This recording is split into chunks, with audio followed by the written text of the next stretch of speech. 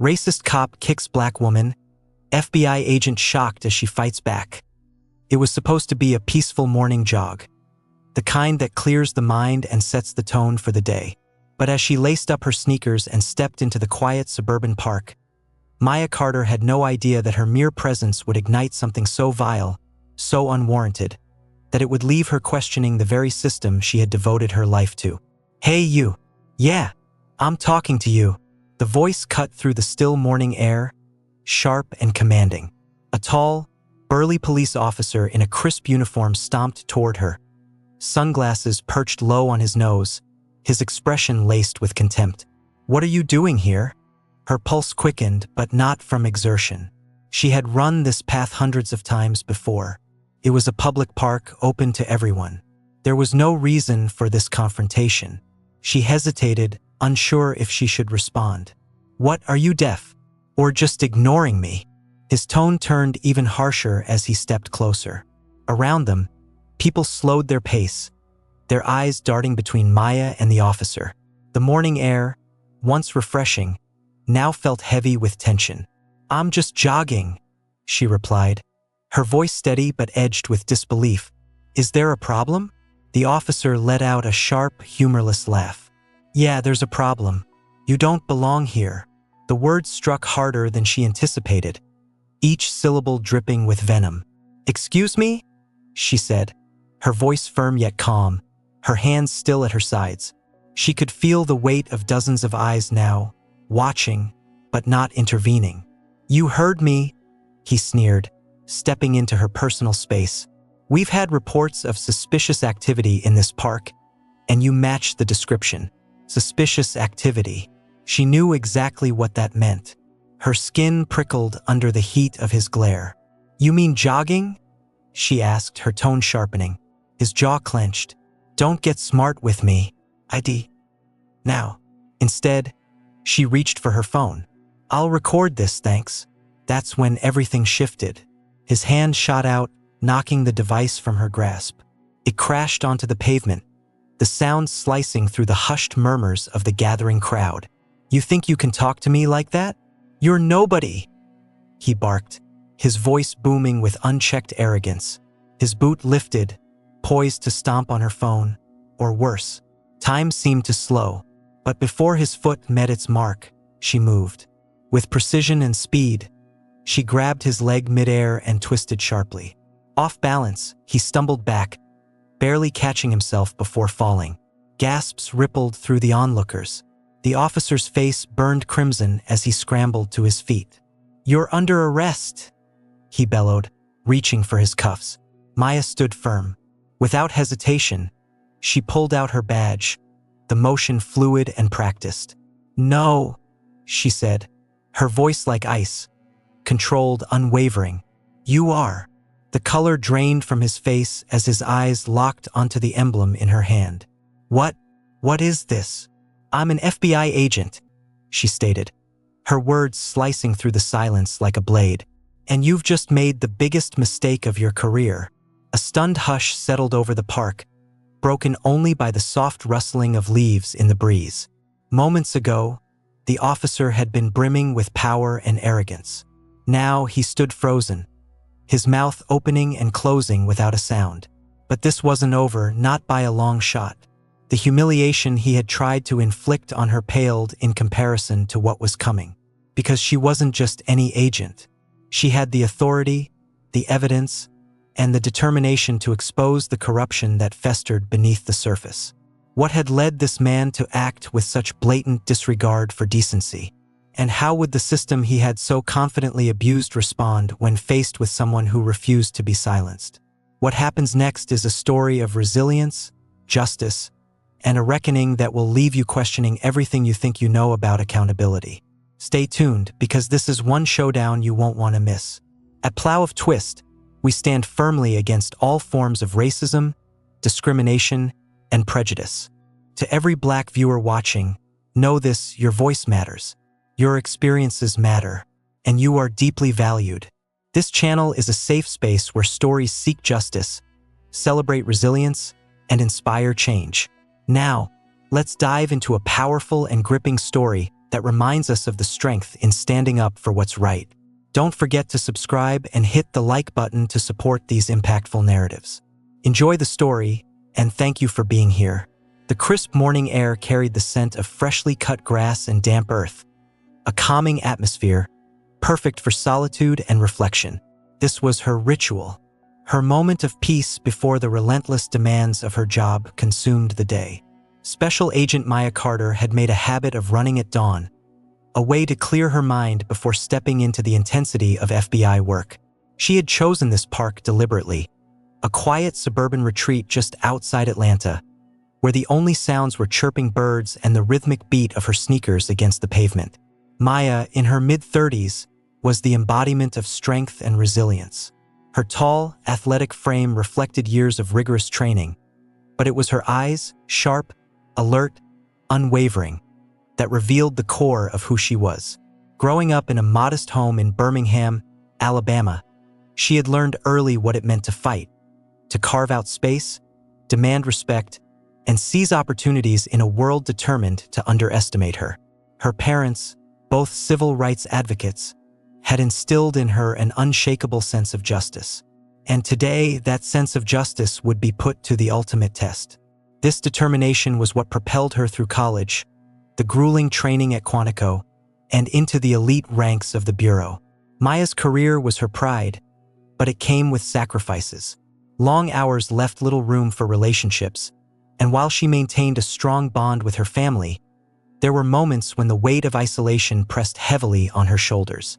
The world she navigated wasn't always welcoming to someone like her, a black woman in an overwhelmingly white, male-dominated field. But Maya never sought acceptance. She demanded respect, and her reputation as a relentless yet fair investigator spoke for itself. The suburban park she frequented was a deliberate choice. It was far enough from her downtown apartment to feel like a retreat and provided a peaceful space for reflection. The park itself was expansive, its winding trails flanked by towering oaks and clusters of azaleas in full bloom. At its center lay a modest lake, its surface smooth and glassy beneath the soft morning light. It wasn't uncommon for locals to exchange nods or brief greetings, but Maya preferred to stay in her lane, focused on her run. This morning felt no different, at least at first. She stretched beside her car, adjusting her earbuds and tying her laces with the precision of someone who thrived on routine. A few familiar faces dotted the trail, an elderly couple walking their golden retriever, a young woman pushing a stroller, a middle-aged man doing lunges near the picnic area. Regulars in an otherwise unfamiliar city.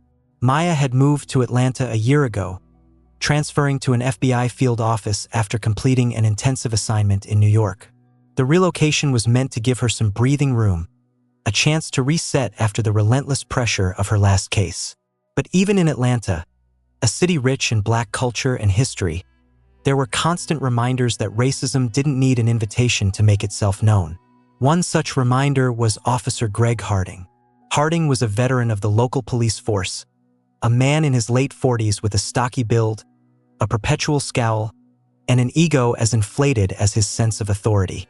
For Greg, the badge wasn't just a mark of law enforcement, it was a shield for his prejudices. Raised in a small, predominantly white town in Georgia, Harding had grown up immersed in an us versus them mentality.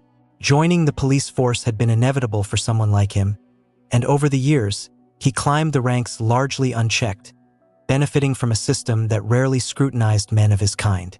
But Greg wasn't entirely beyond consequences. Recent complaints had begun piling up, allegations of racial profiling, excessive force, and demeaning remarks. While the department's higher-ups had issued warnings, they were largely performative. Greg knew how to toe the line, how to push boundaries without crossing them so blatantly that it would cost him his career. He resented the oversight, viewing it as an unwarranted attack on his authority. This morning, he was patrolling near the park, sitting in his cruiser with a lukewarm coffee and simmering irritation. His personal life was unraveling.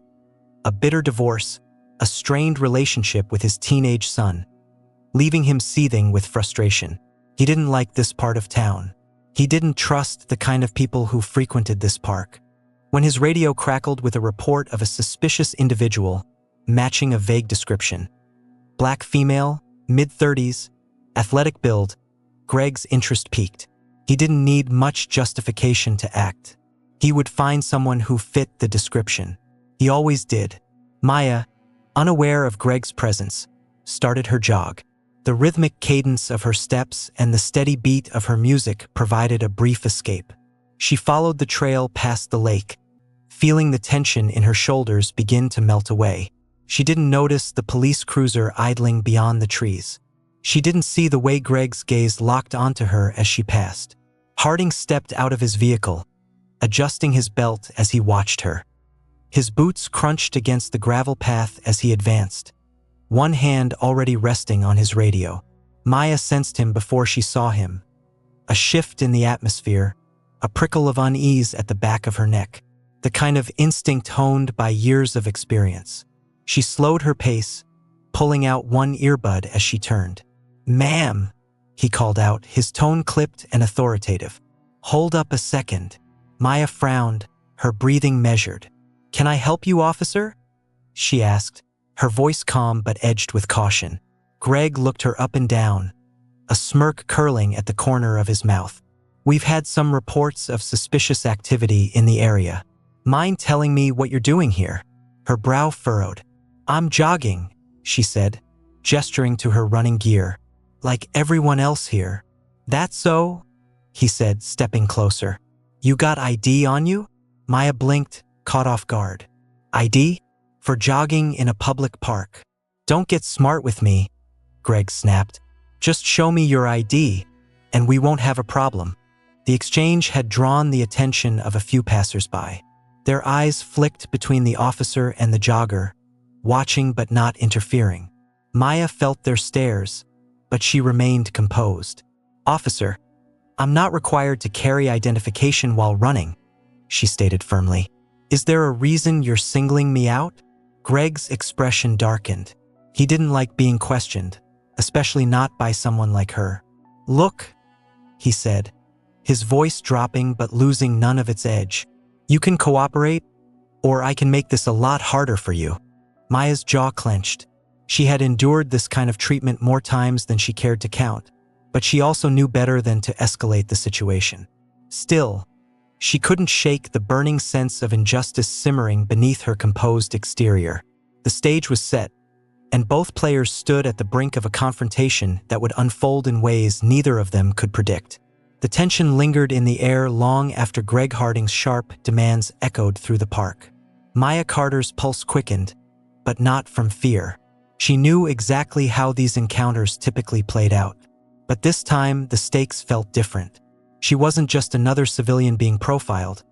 She was an FBI agent who had dedicated her career to exposing systemic injustices like the one unfolding before her. Greg stood his ground, hands on his hips, his posture radiating authority. Around them, the morning joggers hesitated, unsure whether to intervene or keep their distance. The elderly couple with the golden retriever exchanged uneasy glances before quietly retreating down the path. A mother hurriedly pushed her stroller away, glancing back nervously over her shoulder. The park, once peaceful, now felt charged, like a storm on the verge of breaking. "Are we going to have a problem here? Or are you going to cooperate?" Greg asked, his tone laced with impatience. He wasn't accustomed to people like her challenging him, and it showed. Maya took a deep breath, keeping her voice steady. "Officer, I've already told you. I'm here for a jog, just like everyone else. I haven't done anything to justify this kind of treatment." Greg's smirk widened, condescension dripping from his words. "Listen, lady, I don't care what you think you're doing. I asked for your ID. If you're not carrying it, that's your problem. Now, either you follow my instructions or I take this to the next level. Your choice." Maya arched an eyebrow. "Take it to the next level?" Her voice remained calm, but there was a quiet intensity in her gaze that made Greg hesitate for just a moment. "Are you threatening me?" Greg's posture stiffened. "Don't twist my words. I'm giving you a chance to make this easy on yourself. Don't push it." Before Maya could respond, a young man in a hoodie jogging nearby slowed down, hesitation flickering across his face. Is everything okay here?" he asked, his voice cautious but concerned. He glanced between Maya and Greg as if trying to assess the situation. Greg turned on him instantly. "This doesn't concern you. Keep moving." The man hesitated, his gaze flickering back to Maya. "It just looks like she's not doing anything wrong. Maybe you should." "I said keep moving," Greg barked, taking a step toward him. The jogger flinched before reluctantly resuming his pace. Maya clenched her fists at her sides, swallowing the urge to push back. She knew she couldn't afford to let this spiral out of control. Not here, not now. But the humiliation, the sheer unfairness of it all, burned in her chest. "You're scaring people," she said, her voice low but firm. "Do you even realize what you're doing?" Greg sneered, leaning in slightly. "What I'm doing," he said, his voice thick with mockery, "is my job. Something you wouldn't understand." Maya narrowed her eyes, her composed exterior cracking just enough to let a flash of her true feelings slip through. "I understand a lot more than you think." The air between them felt electric, heavy with unspoken truths Maya wasn't yet ready to reveal. Greg had no idea who he was dealing with, and for now, she let him sit in his ignorance. But her patience was wearing thin. His next move would determine just how far this encounter would go. "Turn around," Greg ordered, reaching for his radio. "I'm detaining you for further questioning." "Detaining me?" Maya repeated, her voice rising slightly. A short, incredulous laugh escaped her lips. "For what? Running?" "You're being uncooperative," Greg said, his expression tightening. "That's reason enough." "No, it's not." Maya shot back, her tone sharper now. "And you know it. You're making this up as you go because you think you can get away with it." Greg's jaw clenched. For a brief moment, the mask slipped. Beneath the bravado, there was frustration, maybe even a flicker of doubt. But his pride wouldn't let him back down. "I don't have to explain myself to you," he snapped. "Turn around and put your hands where I can see them." Maya's breath came faster now, her mind racing. She could feel the eyes of the onlookers, their silent judgment, their hesitation to step in. This was exactly the kind of situation she had spent her career fighting against, a power play built on bias and intimidation. But in this moment, she wasn't an agent. She was just another black woman being targeted. "You really want to do this?" she asked, her voice slicing through the tension like a blade. "Because I promise you, you're making a mistake you won't recover from." Greg scoffed, his confidence returning in full force. "Oh, really? And what are you going to do about it?" Maya's hand instinctively moved toward the pocket of her running jacket, but she stopped herself. Not yet. Not here. She needed to let this play out just a little longer. Let Greg dig himself deeper. The onlookers, emboldened by the exchange, began murmuring among themselves. A woman holding up her smartphone whispered to her companion, "Are you recording this?" Greg noticed the movement, his eyes narrowing. "Hey, no filming. This is official business." But it was too late. The woman held her phone steady, her expression a mix of defiance and unease. "This isn't right," she said quietly, her voice trembling. Greg's hand twitched toward his belt, but before he could act, Maya took a deliberate step forward, her presence commanding. "That's enough," she said, her voice ringing with authority. "You're out of line." For a split second, Greg hesitated, momentarily thrown off by her tone. But he quickly recovered, his arrogance flaring back to life. "Who the hell do you think you are?" he spat.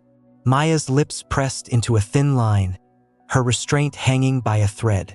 She wanted nothing more than to drop the facade, to end this charade with a single, undeniable act. But she held back, knowing the time wasn't right. Not yet. Greg's radio crackled, breaking the tense silence. A voice on the other end called his name, requesting a status update. He ignored it, his focus locked solely on Maya. "Turn around," he repeated, his voice hard. "This is your last warning." Maya tilted her head slightly, her expression unreadable. "No," she said simply.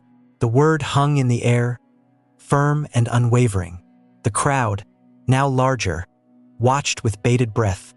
their collective anticipation thickening the atmosphere. Something was about to happen, something significant, and though no one could predict exactly what, they couldn't look away. Greg's face twisted with frustration, his grip on the situation slipping. Meanwhile, Maya stood tall and resolute, bracing herself for the moment she would finally reveal the truth. Whatever happened next, there would be no turning back. The once tranquil park now felt like the eye of a gathering storm. Officer Greg Harding's knuckles were white as he gripped the handle of his belt, his jaw locked in determination. Across from him, Special Agent Maya Carter remained unshaken, her calm exterior concealing the fury simmering beneath the surface. She could feel the weight of every eye on them, the collective anticipation of what was about to unfold. "Turn around," Greg barked again, his voice trembling slightly, betraying his growing unease. "I won't say it again." Maya's lips curled into a faint, knowing smile. "You've been saying that for 5 minutes, officer," she replied evenly. "You're not in control here, and you're starting to realize it." Her words hit like a slap. Greg's face flushed red, and he stepped closer, his boots crunching against the gravel. "I said turn around," he shouted, his voice louder now, tinged with desperation. "I'd think very carefully about your next move," Maya warned, her tone sharper this time, cutting through his bluster like a blade. Her voice wasn't raised, yet it carried a weight that silenced the murmurs of the crowd. Even the woman holding her phone lowered it slightly, caught in the gravity of the moment. Greg's eyes narrowed. "What the hell is that supposed to mean?" he snapped, grasping for control. He reached for the cuffs on his belt, his hand trembling ever so slightly. For the first time, Maya's gaze locked onto his with no mask, no restraint, just unflinching resolve. "It means," she said coldly, "you're making the biggest mistake of your life." Then, slowly, she reached into her jacket pocket, each movement deliberate. The crowd gasped. Greg's hand shot to his holster. "Don't you dare!" he barked, his voice cracking. Maya froze, lifting her hands to show she was unarmed. "Relax, Officer Harding," she said smoothly. "I'm just reaching for my badge." Greg blinked, his mind scrambling to process her words. "Your badge?" he repeated, confusion creeping into his expression. Maya pulled out her FBI credentials and held them up for everyone to see. The polished gold glinted in the sunlight, the letters unmistakable. The murmurs of the crowd swelled into full-blown whispers and gasps. Greg's face drained of color. His eyes darted from the badge to Maya's face, then to the growing crowd, which now watched with renewed intensity. What is this?" he stammered, his bravado crumbling. "This," Maya said, her voice slicing through the chaos, "is the authority you were just trying to abuse." She took a measured step forward. "I'm Special Agent Maya Carter with the Federal Bureau of Investigation." Her voice hardened. "And you are officially out of your depth." Greg took a stumbling step back, his mind racing. He looked at the badge again, as though hoping it was some kind of trick. "FBI," he whispered, barely audible. "That's right," Maya confirmed, her tone unwavering. "And I've been watching officers like you my entire career. Men who think the badge gives them the right to intimidate, to discriminate, to act like they're untouchable." She took another step forward, forcing him to meet her gaze. "But here's the thing, Officer Harding," she continued. "You're not untouchable. You're accountable. And now you're going to answer for what you've done." The weight of her words settled over Greg like a lead blanket. He opened his mouth, but no sound came out. The once silent crowd now buzzed with disbelief and outrage. The woman with the phone raised it again, capturing every second of Greg's unraveling. "You think you can just pull this?" Greg finally spat, his voice shaking. "You think you're going to ruin my career over this?" Maya arched an eyebrow. "You're ruining your own career, officer. I'm just making sure it's documented." She turned slightly, addressing the onlookers. "And it looks like plenty of witnesses are willing to help."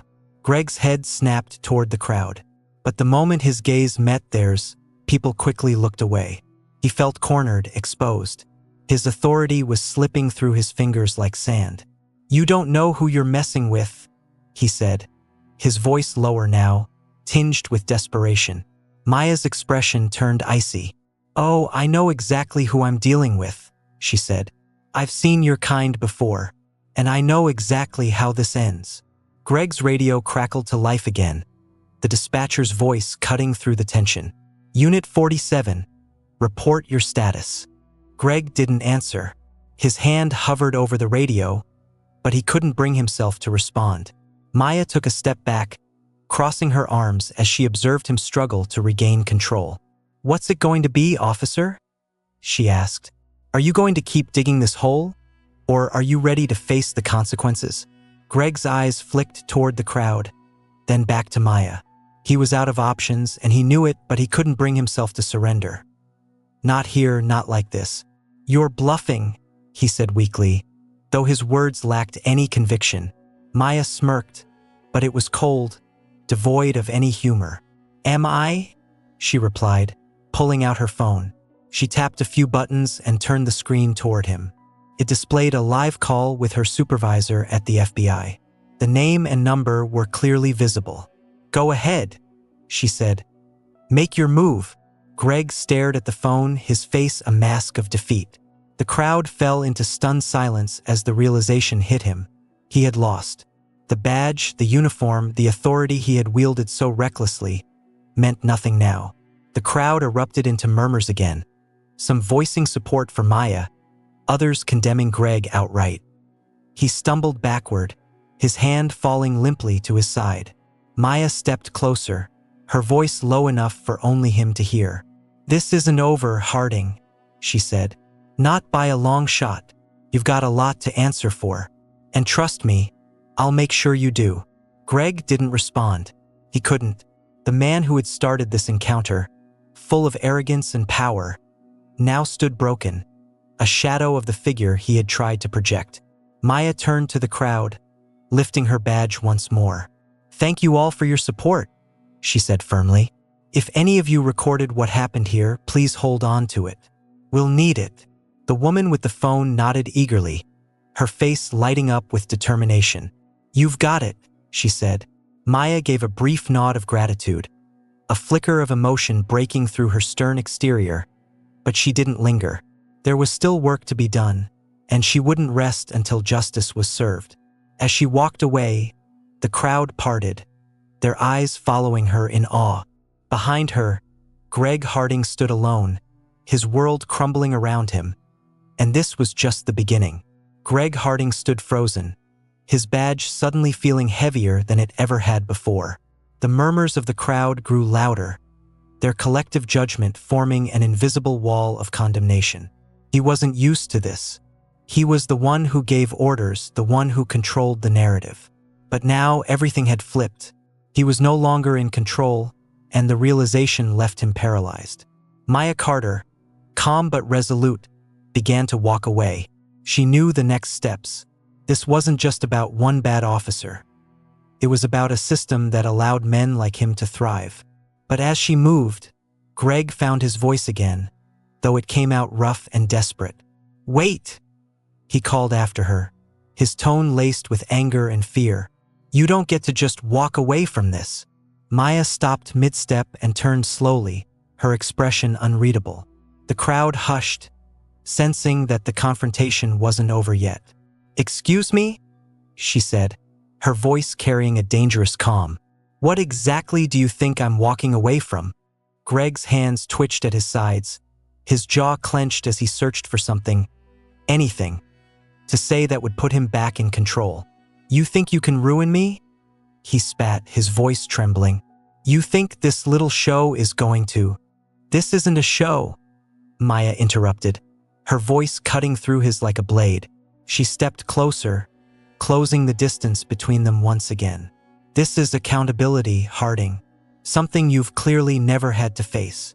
Greg flinched at her words, but his pride wouldn't let him back down. "You don't know me," he spat again. "You don't know what I've been through." Maya's eyebrows lifted slightly, and for a moment, there was a flicker of something in her eyes. Pity, maybe, or curiosity. But it vanished as quickly as it had appeared. "You're right," she said. "I don't know you, but I know men like you. Men who think the badge gives them the right to decide who belongs and who doesn't. Men who use their authority to intimidate, to oppress, to humiliate. And I've spent my entire career making sure they face the consequences of their actions." Her words landed like a hammer, each one stripping away another layer of Greg's defenses. He opened his mouth to respond, but Maya wasn't done. "You've been hiding behind that uniform for years," she continued, her voice steady and relentless. "But the uniform doesn't make you untouchable. It doesn't make you right. It doesn't protect you from the truth. And the truth is, you've been abusing your power, and now you're going to answer for it." The crowd murmured in agreement, their eyes locked on Greg. He looked around, his face pale, his bravado slipping further with every passing second. He was trapped, and he knew it. "Why are you doing this?" he asked finally, his voice quieter now, almost pleading. "What do you want from me?" Maya tilted her head slightly, studying him. For the first time, she allowed a small, bitter smile to cross her lips. "What do I want?" she repeated. "I want justice. I want you to understand what it feels like to be powerless, to have someone strip away your dignity for no reason other than the color of your skin." Greg's eyes widened, the words hitting him like a punch to the gut. He opened his mouth to argue, to defend himself, but the weight of her gaze silenced him. "This isn't just about you, Harding," Maya continued, her voice softer now but no less powerful. "This is about every person you've ever made feel small. Every person you've ever targeted because they didn't fit into your narrow view of who belongs. This is about ensuring you never do it again." Greg looked away, his chest rising and falling with shallow breaths. The crowd watched in silence, their faces a mix of anger, awe, and something close to satisfaction. The mighty had fallen, and they were witnessing it firsthand. Maya took a step back, letting her words linger in the air. She didn't need to say anything else. The damage was done, and Greg knew it. But just as she turned to leave again, he spoke, his voice barely above a whisper. "I didn't mean for it to go this far." Maya paused, her back still to him. Slowly, she turned her head, her expression unreadable. "What did you mean then?" she asked, her voice sharp but not unkind. Greg hesitated, his hands clenching and unclenching at his sides. I don't know," he admitted, his voice breaking. "I don't know anymore." For a moment there was silence. Maya studied him, her sharp eyes searching his face for any trace of sincerity. She found it, not much but enough to make her hesitate. "You've got a long road ahead of you," she said finally, her voice quiet but firm. "If you're serious about changing, it starts with owning what you've done. All of it." Greg nodded slowly, his gaze dropping to the ground. "I don't even know where to start," he muttered. Maya's expression softened just slightly. "Start by listening," she said, "to the people you've hurt, to the voices you've ignored, and then do better." She turned and began walking away again, this time without hesitation. The crowd parted for her, their murmurs subdued, now respectful. Greg stood alone, his head bowed. The weight of his actions finally settled on his shoulders. As Maya left the park, she felt a strange mix of emotions. Satisfaction, yes, but also a deep weariness. This was just one battle in a much larger war, and she knew it. But for now, it was enough. Justice had been served, and the fight would continue. The park slowly returned to its usual rhythm. Joggers resumed their runs, parents called to their children, and the faint chatter of a community waking up filled the air. But for those who had witnessed the confrontation between Officer Greg Harding and Special Agent Maya Carter, the normalcy felt like a thin veil. The weight of what they had seen lingered, stirring emotions and questions they couldn't yet articulate. For Greg, the silence was unbearable. He stood by his patrol car, his back turned to the dispersing crowd, the radio on his shoulder crackling with unanswered calls. His mind replayed every second of the encounter, the words Maya had thrown at him cutting deeper now that the adrenaline had worn off. Each accusation echoed in his head, louder than the last. "You've been hiding behind that uniform for years," This is about every person you've ever made feel small. Start by listening. Greg clenched his jaw, his hands gripping the edge of the car door. He had thought himself untouchable, a man who controlled his world with authority and intimidation. But now he felt exposed, vulnerable in a way he hadn't experienced before.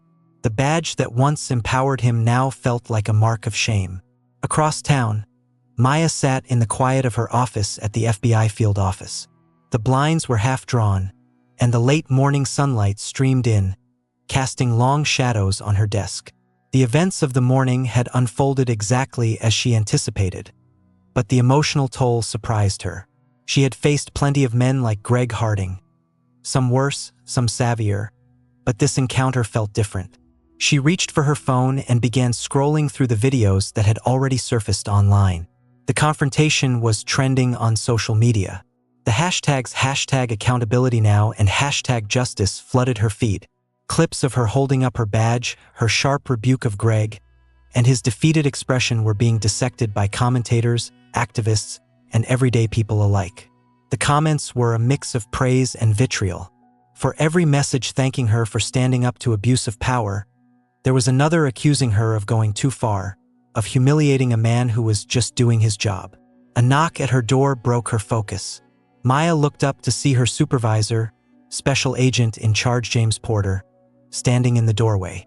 Porter was in his late 50s, his gray hair a sharp contrast to his black suit. He was a mentor to Maya, one of the few people in the bureau she truly trusted. "You've been busy," Porter said, stepping inside and closing the door behind him. Maya set her phone down and leaned back in her chair. "You could say that," she replied. Porter folded his arms, studying her. "It's all over the news. They're calling you a hero." Maya raised an eyebrow. "Not everyone," she said. Porter sighed, taking a seat across from her. "You knew this would stir up controversy." "I did," Maya admitted. "But it wasn't about creating a spectacle. That officer needed to be held accountable. And I wasn't about to let him walk away without facing the consequences." Porter nodded slowly. "I agree, but you also need to think about what comes next. This isn't just about Greg Harding anymore. It's about the system that allowed him to behave that way in the first place. And now the spotlight's on you." Maya tilted her head, her eyes narrowing slightly. "You think I overstepped?" "No," Porter said firmly. "But others will. The department's already received calls from city officials, the police union, even a couple of senators. They're questioning our involvement." Maya let out a bitter laugh. "Of course they are. They're not questioning Greg's actions, just mine." Porter leaned forward, his expression serious. "You've rattled the cage, Maya, and that's a good thing. But it also means you need to be prepared for the fallout." Maya met his gaze, her resolve hardening. "I've been prepared for this my whole career." Porter smiled faintly, a glimmer of pride in his eyes. "In his eyes. I know. Just remember, this isn't a sprint. It's a marathon." Meanwhile, Greg sat alone in the precinct's locker room, the fluorescent lights casting a harsh glare on the dull gray walls. His uniform was crumpled on the bench beside him, and for the first time in years, he felt exposed without it. The precinct buzzed with whispers and sidelong glances. He knew what they were saying. They had seen the videos too, watched him be brought down in front of a crowd. Some were likely relishing his downfall, while others scrambled to distance themselves from him. Greg stared at his reflection in the cracked mirror above the sink. The man looking back at him seemed unfamiliar. Tired, defeated, uncertain of himself. He had spent years building an identity around authority and control, but now it felt like a hollow shell. His thoughts were interrupted by the sound of the door opening. Detective Maria Alvarez, one of the few colleagues he respected, stepped inside. She was sharp, no-nonsense, and one of the best detectives on the force. "Greg," she said, her voice neutral but firm. "The chief wants to see you." Greg nodded silently, grabbing his uniform jacket but not putting it on as they walked toward the chief's office. The murmurs grew louder, and he could feel the weight of their stares, their judgment. When they reached the office, Chief Donnelly was waiting. The chief was a grizzled veteran with decades of experience, his expression unreadable as Greg stepped inside. "Sit," Donnelly said, motioning to the chair across from his desk. Greg obeyed, his movements stiff. Donnelly leaned back in his chair, studying him for a long moment. "Greg, we've got a problem," Donnelly said finally. Greg looked down at his hands, his voice barely above a whisper. "I know." "No," Donnelly said, his tone sharp. "I don't think you do. This isn't just about you. This is about the entire department. Your actions have put us under a microscope, and I've got people breathing down my neck, demanding answers." Greg's stomach twisted. "I didn't mean for this to happen," Donnelly scoffed. "That's not good enough. You crossed a line, Greg, and now we're all paying the price." Greg's chest tightened. "What happens now?" Donnelly sighed, leaning forward. "You're suspended, effective immediately. Internal Affairs is launching a full investigation, and depending on what they find, you might be facing more than just disciplinary action." Greg nodded numbly. He had expected this, but hearing it aloud made it real. "You brought this on yourself," Donnelly said, his voice softer now. "I don't know what you were thinking out there, but it's clear you lost sight of what this badge stands for." Greg didn't respond. He couldn't. The weight of his actions was finally settling on his shoulders, and for the first time, he didn't have an excuse or justification to fall back on. As he left the office, the precinct felt colder, emptier. He was a man without purpose, stripped of the identity he had clung to for so long, and for the first time in years, Greg Harding felt truly powerless. Greg Harding sat alone on the worn leather couch in his dimly lit apartment. The blinds were drawn, leaving the room bathed in shadows. His uniform, once a source of pride, hung on the back of a chair, a stark reminder of the power he no longer wielded. The echoes of the day haunted him. The sharp authority in Maya's voice, the murmurs of the crowd, the humiliation etched into every second of their confrontation. He picked up his phone, hesitantly scrolling through the news feeds. Every major outlet carried the story, accompanied by videos that painted him as the villain he had spent years pretending he wasn't. The captions varied, but the message was clear. FBI agent exposes police misconduct in public confrontation. The comments below each article were brutal. Strangers dissected his actions, his career, even his appearance. This guy should have been fired years ago. Another bully with a badge finally gets what's coming to him. Accountability is long overdue. Greg's grip on the phone tightened until his knuckles turned white. The rage bubbled up, but there was nowhere for it to go. He couldn't lash out this time. He couldn't use his badge to silence his critics. He was left with nothing but the truth he'd spent years avoiding. He had brought this on himself. A knock at the door startled him, breaking his spiraling thoughts. He hesitated before getting up, his steps slow and heavy. When he opened the door, he found Detective Maria Alvarez standing there, her expression unreadable.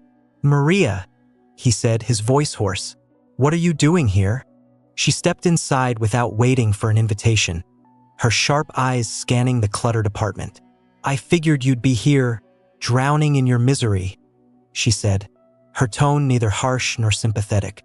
Greg shut the door and leaned against it, his shoulder slumping. "I guess you came to rub it in." Maria turned to face him, her arms crossed. "No, Greg. "I came because you need to hear the truth, and I'm probably the only one who's going to tell it to you." Greg let out a bitter laugh. "Great, another lecture. Go ahead.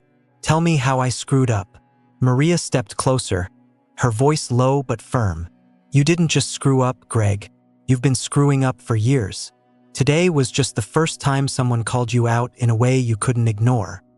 He looked away, the weight of her words hitting him like a punch to the gut. "I didn't mean for any of this to happen. I didn't mean to." Maria's voice sharpened. "That's your excuse? You didn't mean to profile her? You didn't mean to use your position to intimidate her? Come on, Greg, you're better than that." "Am I?" he whispered. He shot back, his voice rising. "Because right now, I feel like a damn failure." Maria's gaze softened slightly, but her tone remained steady. "You're not a failure, Greg, but you've lost your way. And if you don't figure out how to fix it, you will be. Greg sank back onto the couch, burying his face in his hands. I don't even know where to start. Maria sat down across from him, her voice gentler now. You start by facing the truth, not just about what you did today, but about who you've become. When did you start thinking the badge gave you the right to act like this? He didn't answer immediately. The silence stretched between them, heavy with unspoken regrets. Finally, he looked up, his eyes filled with a mixture of anger and despair. You think I wanted to be this guy? I didn't sign up for this to hurt people. Then why did you? Maria pressed. What were you trying to prove? Greg opened his mouth to respond but stopped himself.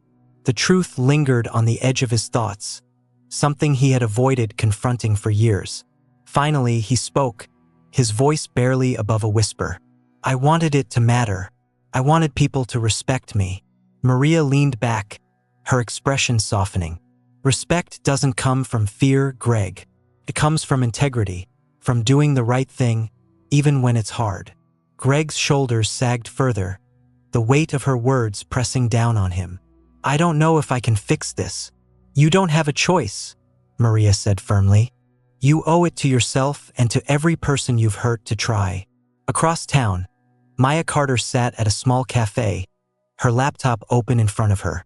She was reviewing reports from her latest cases, but her mind kept drifting back to the morning's events. The confrontation with Greg had been a long time coming, but now that it was over, she couldn't shake the lingering unease. Her phone buzzed, and she glanced at the screen. It was a text from her brother, Marcus. Saw the video. Proud of you, but be careful. People like him don't change easily. Maya sighed, typing a quick response. Thanks, I know. The truth was, she wasn't sure what to expect from Greg Harding. Men like him didn't often reflect on their actions or seek redemption.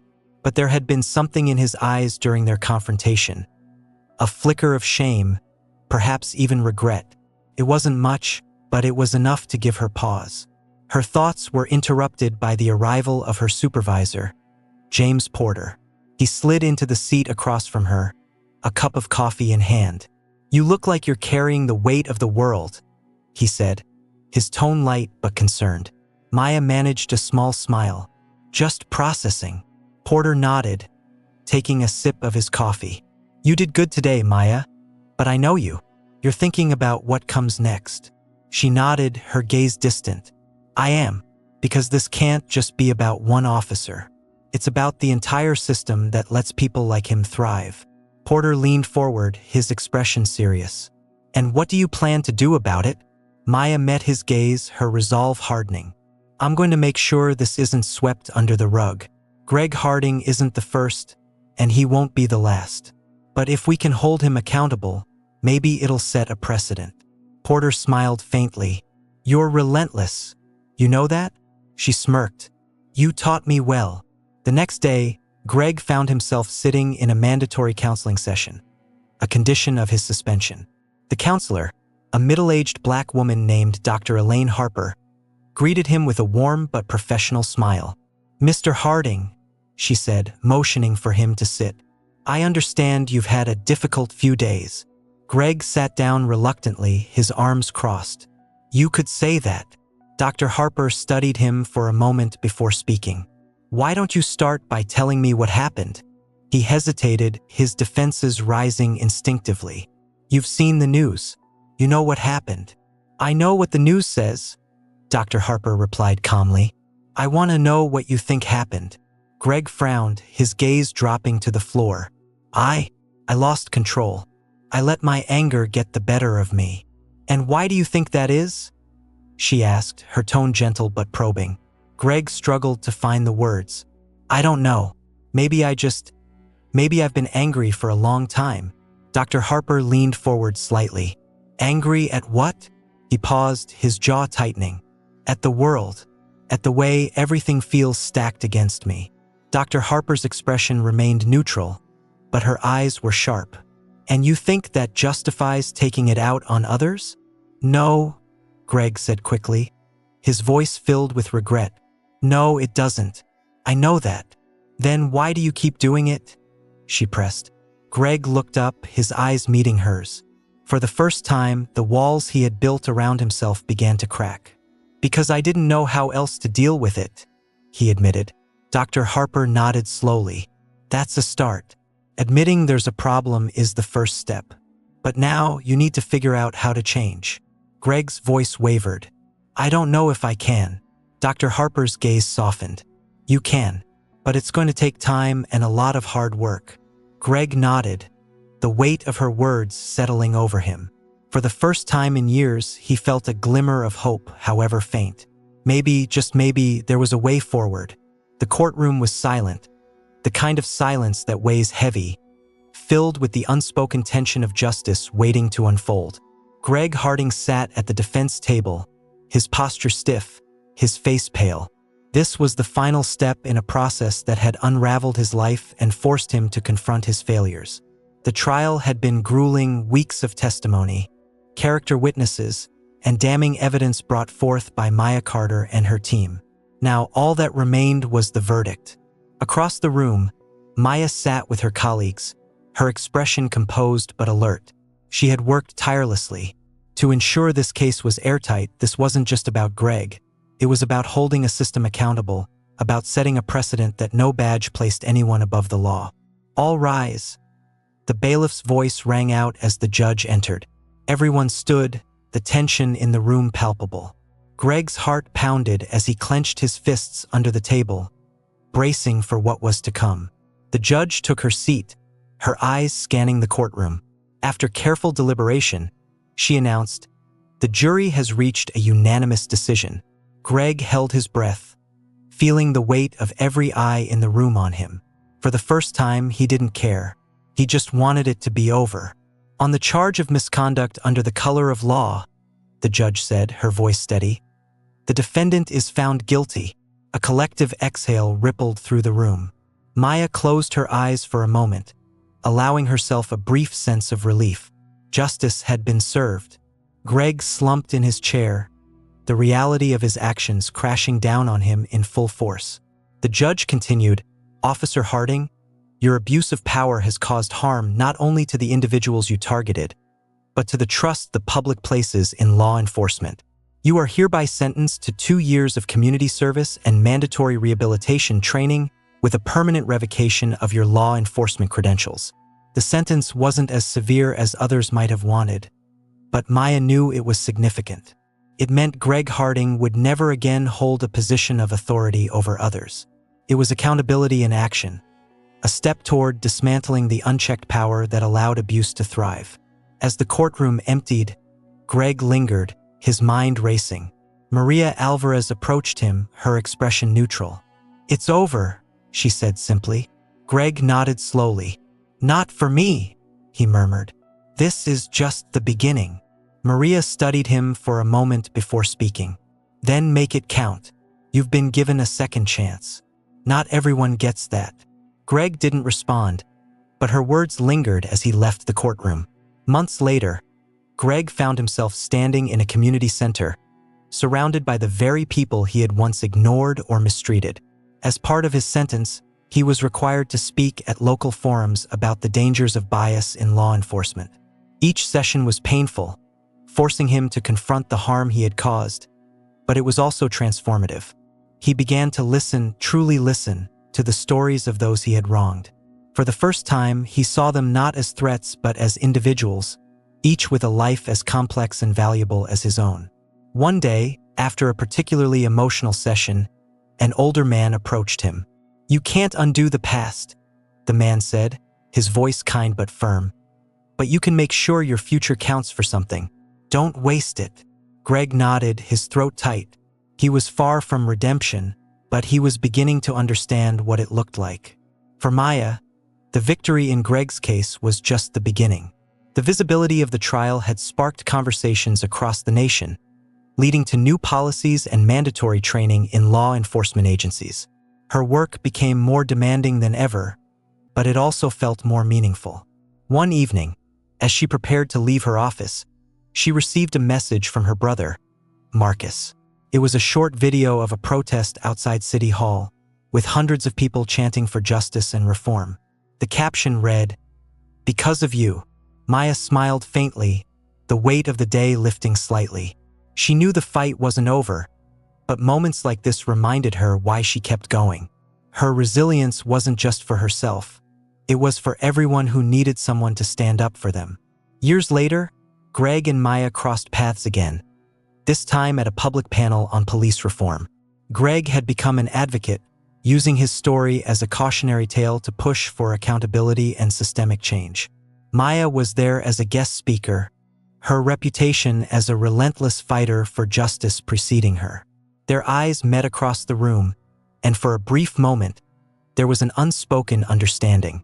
They were on different paths, but both were working toward the same goal: a system where fairness and justice prevailed over prejudice and power. After the panel, Greg approached Maya hesitantly. "Agent Carter," he said, his voice quiet but steady. Maya turned to him, her expression guarded but not unkind.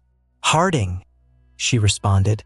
"I just wanted to say thank you," he said, "for holding me accountable. I didn't see it then, but you gave me a chance to change." Maya studied him for a moment before nodding. "Accountability isn't about revenge," she said. "It's about making sure the harm stops here. If you're serious about change, keep proving it." Greg nodded, a flicker of gratitude in his eyes. "I will. This story isn't just about the downfall of a man or the triumph of another. It's about the systems that shape us and the choices we make within them." Greg Harding's journey from arrogance to accountability reminds us that change is possible, but it requires confronting hard truths and making difficult choices. Maya Carter's unwavering commitment to justice shows us the power of resilience and the importance of fighting for what's right, even when the odds feel stacked against us. What do you think? Can people like Greg truly change? Or are some actions beyond redemption? Let us know in the comments.